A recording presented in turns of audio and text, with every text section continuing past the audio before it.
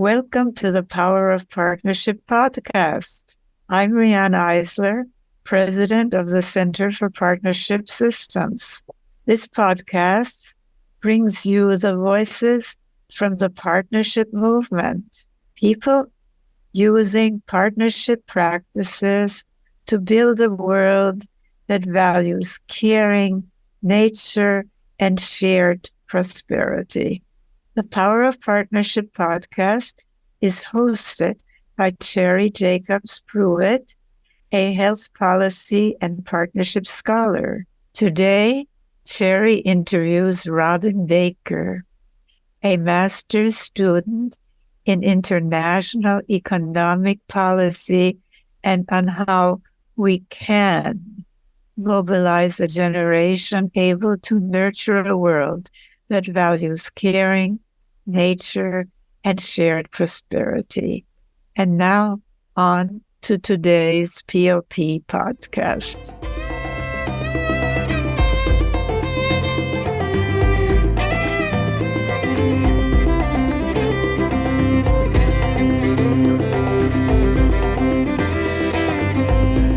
Welcome, Robyn, to the Power of Partnership podcast.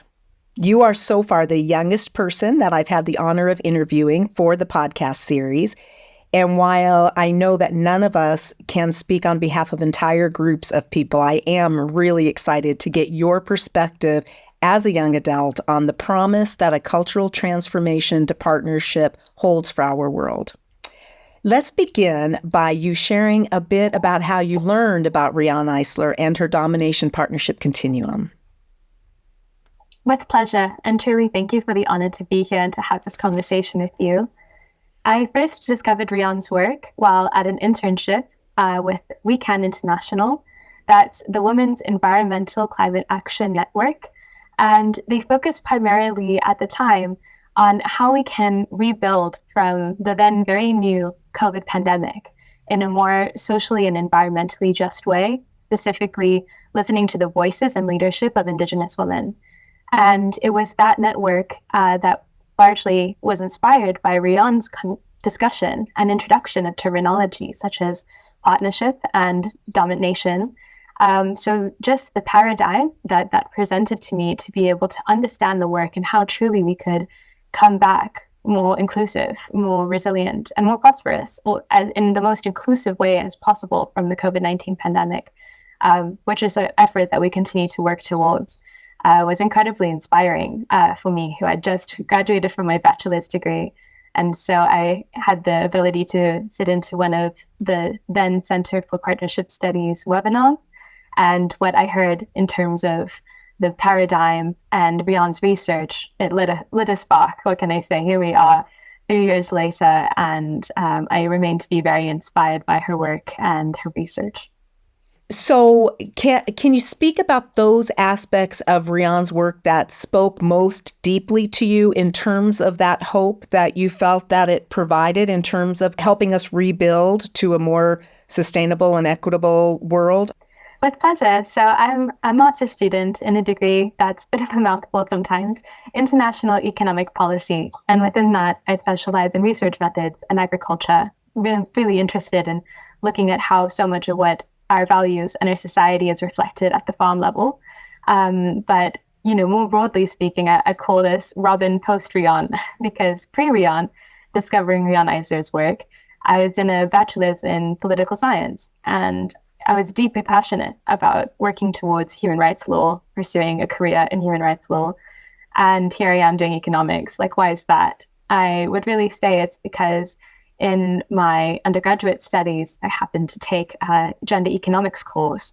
And then that largely started me thinking, wait a second, we can create systems of economics. There are alternative ways of doing what we consider so normal with a GDP that excludes some of the most life-giving work, whether it's done by nature or it's done by unpaid, unrecognized caregivers, and countless others. And so when I started to realize the exciting potential that economics had in terms of creating truly far-reaching transformation in our values, in the way that we consider, business as usual, I then very timely discovered Riane's work through the internship I mentioned, already trying to ask these questions of how can we do things better.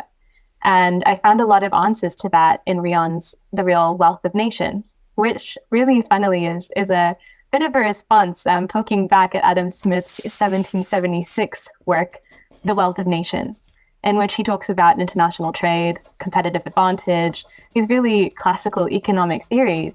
But Riane very aptly points out, he also called nature an externality. Trees are an externality, even though we depend on them for life-giving oxygen. Who cooked Adam Smith's dinner?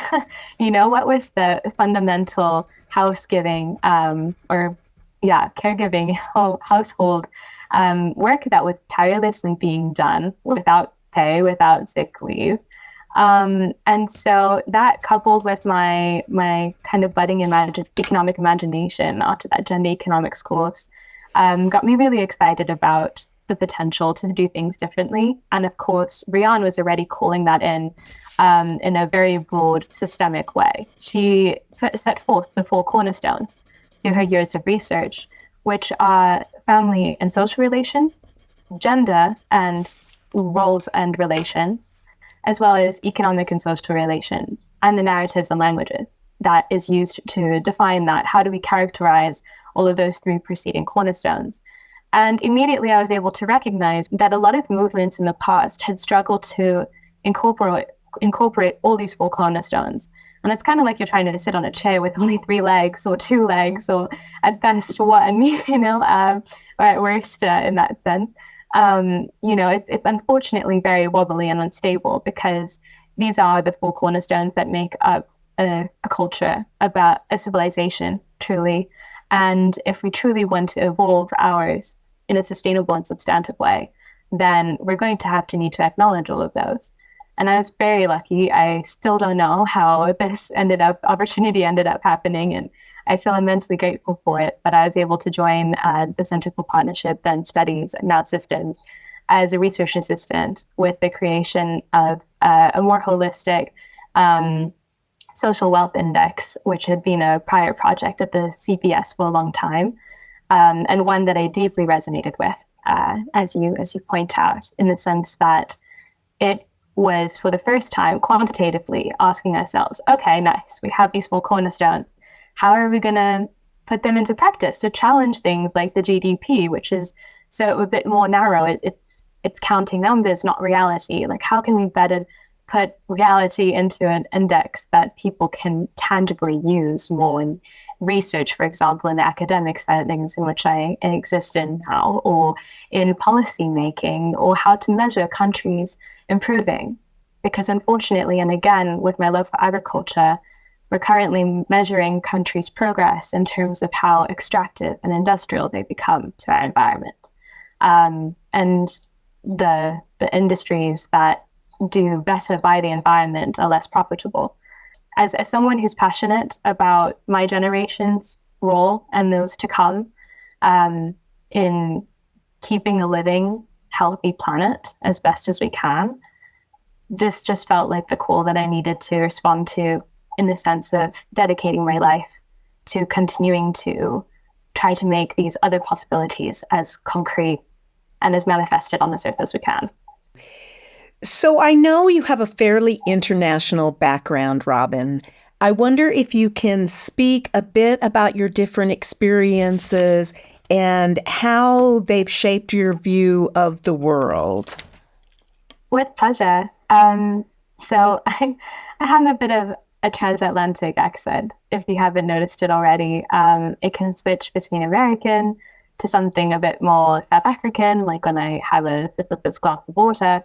And that's because I was born and raised in South Africa. When I was around 9, we moved to California, and I continued to live my life there until I was 17, and I came to France just to, I don't know, change things up once again dramatically. But yeah, so as you said, it is a pretty international background. It's one I'm very lucky to have. But growing up in South Africa, it was an absolute blast. But I was also exposed to a lot of mass poverty. I immediately had an immense gratitude for being able to go to school. After driving past a slum and seeing children playing on a Monday morning, I was going to school and I couldn't understand why they weren't able to. And it quickly got me thinking about, okay, we're starting to see in the system, we have some haves and we have some have-nots. But of course, my time in the United States gave me immense opportunities, mostly for extracurricular activities. It really showed me how to live life so fully and without the same concerns that we have in South Africa regarding personal safety. And in a way, I was suddenly in an environment where it seemed more equal. We had more public services. Everyone has guaranteed an education. But as you get older, you start to notice the cracks in that system, in that vision, that American dream. And in many ways, my decision to come to France was in pursuit of a good quality higher education that was still affordable for my parents. And so coming here, my living expenses and tuition was less than in tuition at any of the universities that I was accepted to. That would have been tuition alone, regardless of student living and residence costs and a food plan that I find so common in the United States. And so it was really interesting to be able to go to, the now second ranked university in the world for political science, and to do so at the fraction of a cost for a regional university in the United States. And I'm really grateful for that. It pushed me to learn French very quickly. And then I was able to do it mandatory in Europe to do 1 year abroad in another country and another university within the European Union. And so that brought me to Sweden, and just the physical experience of getting to be living so close to nature and to experience such gender equality, unlike anything I'd ever experienced before, even though I consider myself to be incredibly privileged and to be treated with, generally a lot of respect and equality. There, it was just next level. I didn't face those little everyday microaggressions that you sometimes encounter as a woman. And so it was really interesting. And I think that kind of also, as per the earlier comment, set my new compass very north. And Riane explains why. She explains how it's those countries that are performing the best economically because they value caregiving so well, and that has been shown to yield the best productivity and innovation that this economy strives to achieve. So, and the Scandinavian countries you're referring to, Sweden and exactly, yes, Denmark, Norway, Finland. So really interesting to have had that lived experience, and then to find that reflected in Riane's work and her findings as well. You are listening to the Power of Partnership podcast. If you would like us to share your partnership story, or if you would like to become a proud sponsor of the POP podcast, please contact us at center@partnershipway.org. And now, back to today's episode. Where do you see yourself post formal education? I would love to see myself in a researcher capacity. So at the moment, I'm doing a thesis project looking at digital community currencies as an alternative to official currency. What if rural communities who are very vulnerable to suddenly having a lack of liquid cash, which is necessary to afford their basic food, water, shelter, firewood, when the kind of fuel and the oil that keeps those gears turning, and that being liquid cash, runs dry, and there's a bank run or a trade policy change, immediately they're unable to keep their gears turning, when otherwise, there's still vegetables growing in the garden, there's still water being pulled, the goods are still there, but they're no longer able to be circulated through that little local economy anymore. Can we provide them with a community currency? Can something be used for only local transactions, and then the official currency used for non-local transactions, which is usually of a more serious nature, such as sending your children to school, business registration, investing in that new farm asset that can actually help you grind your grain instead of having to always take that elsewhere to a mill. It's very exciting to start to see these things happening. And I think we're going to need quite a good team of researchers in my generation, and I hope to be one of them, in analyzing whether or not that's truly helping people and bringing about a positive impact. Because, of course, the research that's being done is largely funded by people who want a certain outcome. So I'd like to start to challenge that kind of trend that I've started to observe in agricultural research after my degree, but I think that can be very more broadly described as development economic research, and how we can shift that paradigm away from an industrialist sense of success to a bit more of a post-industrialist definition of what it means to coexist and to thrive on the planet. You know, a theme that's very common in most of the interviews that I do for this Power of Partnership podcast series is that once a person becomes aware of that entrenched domination paradigm and that rigid ranking of the order of the world and the othering where someone has to win, someone has to lose, someone has to serve or be served, that once you recognize that, you see it everywhere. And so in your ideal world, what would it take to help everyone recognize that internalized domination paradigm so that we can really help everyone shift to a healthier way of being for the sustainability of the world and for each of our own individual and collective health and well-being? What a beautiful question. Thank you.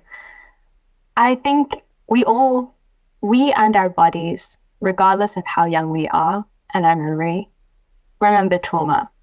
You know, trauma certainly breeds trauma. It makes it very difficult to break that cycle. And that's how domination systems are so successful in their work. But we also never forget the time that we were embraced and supported, that we were ourselves authentically, and we not only survived, but we felt like we could thrive. Well, no matter how short that moment is. And so ideally, I just wish that everyone, at least for 5 minutes on the earth, could experience that kind of freedom, that weightlessness where you take a deep breath and it feels good and you feel full. Because if that happened, then despite the trauma, we would know deep down in our souls and in our bodies that we can do better, that we can experience that again. Regardless of how much you've loved and lost it, it was always a benchmark that you are capable of feeling that emotion. You are able to do it. It's like learning how to read. No one can ever take that away from you. You can't hit a delete button on that. It's part of your education as a human on the planet. And no one can ever take away education from you. It's something you learn and you have, and it might change the way you think forever.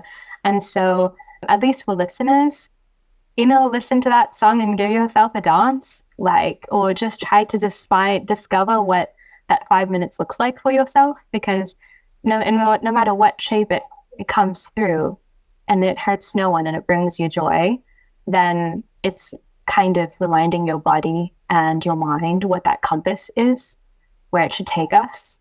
And what I just love about Riane's work is that she came from such immense trauma, and she's channeled that into discovering what brings herself joy and seeing joy in others. And that's partnership. It's caregiving. It's prioritizing care. And that fundamentally helps us easier to get to that state of joy and peace. So in thinking about helping young adults get in touch with that partnership way of being, what might be some resources or just first steps that you would recommend to young adults who are completely new to Riane's work and have never considered the domination partnership continuum or social lens? I would say, and I'm not sure if it's because I'm a bit of a bookworm myself, but read. It's really striking, but there's an overwhelming amount of information out there on social media, different people calling for different changes in different ways.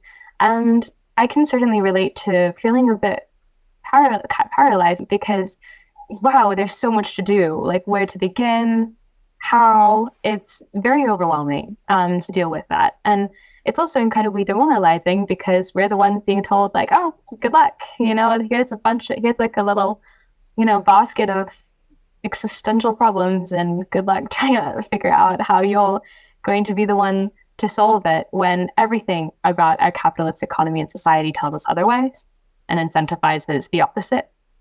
So it's a very difficult situation to be in. And the beauty of reading, in especially I recommend Riane's works, the Real Wealth of Nations is incredibly powerful for me, as well as Nurturing Our Humanity, and of course, Chalice and the Blade, followed by Sacred Pleasure, just to name a few of her many work. I think the beauty of reading a book on systemic change and looking at case studies that evidence her work is that you can start to distinguish, okay, this worked, this didn't, and I understand why, in a way that feels more human, more like you can really take it a bite by bite and chew and digest that information from start to finish in a way that I think is way more in alignment with our neurology as humans, and less stimulation oriented, which can then lead to burnout very quickly. And if you have a look, I mean, that's how most movements began. It was through pamphlets, like the Federalist Papers, and then having conversations about that in salon societies, whether that be here in Paris or across the United States, in the early forms of revolution. So we can think of most movements and throughout history and identify a book or a series of writings that started the wildfire. Before we close, I wonder if you have any final words for our listeners about creating a world that truly values caring, nature, and shared prosperity. Thank you so much. This has truly been one of my most favorite conversations, I think, in my 24 years of life. And it's mostly because I can just feel how we're able to connect to our broader audience, and that is what you're doing in this work, and thank you for that. A final word, I would say, is just more of a cautionary tale on hope and heroes. I think it's so easy to be hopeful. I try to be hopeful. However, we kind of always given this hero narrative that I seem to notice and observe a lot, regardless of your age, but especially perhaps with the rise of Marvel in our generation. People who observe the exact same problem, and we then end up, just waiting for the hero to show up and to come along, and then he fixes it. And mostly it's a he. Sometimes now I'm noticing more she heroes, which is really nice. However, it sends the same message. Sometimes we see heroes work together, and that's nice as well, but they're a minority. And it's important, and we've seen powerfully through the COVID-19 pandemic and through the increasing conflict that's happening on Earth, that it's people, it's individuals who make a cataclysmic difference in one another's lives when we choose compassion and we choose action over watching, over standing by. And so, it makes sense. It's how we evolved. It's how we're in 2023. And if we want to see 2023, which I'm sure we will eventually in some way, shape, or form, but if we want to do it in the way that you describe, then that's going to require, full participation. And there's a lot of caution, a lot of uncertainty on how to take that action. And I think it's important to understand that we never know what side of history we'll be on. We never know if our action is right in the moment, how it's going to transact. But if you are helping another person, and if you are expressing love and compassion through that action, then at least you know that it was on the right side of yourself. And it's not about what that hero represents in a more social or political way. But it's you as an individual being the best hero that you can be. And then you're going to find that your calling will manifest itself in a way that feels empowering and fulfilling to you. And if you feel anything otherwise, then it's not for you. But at least you feel something, and it's not just hope, because you can't point to hope and show that it made a difference, unfortunately. So it's almost like, not are you a hero, but what kind of a hero are you? Beautiful. Beautiful. Yes. Thank you for listening to the Power of Partnership podcast. We're grateful to Rising Appalachia for the use of resilience as our Power of Partnership theme music. If you would like us to feature your partnership story, or if you would like to be a proud sponsor of the Power of Partnership podcast, please contact us at center@partnershipway.org. We hope you enjoyed this episode and will leave us a review on your favorite podcast channel. And don't forget to subscribe to be notified when new episodes are released. I'm Cherry Jacobs Pruitt. See you next time on the Power of Partnership podcast. I am resilient. I trust the movement. I negate the chaos. Uplift the negative. I'll show up at the table again and again and again. I'll close my mouth and learn to live.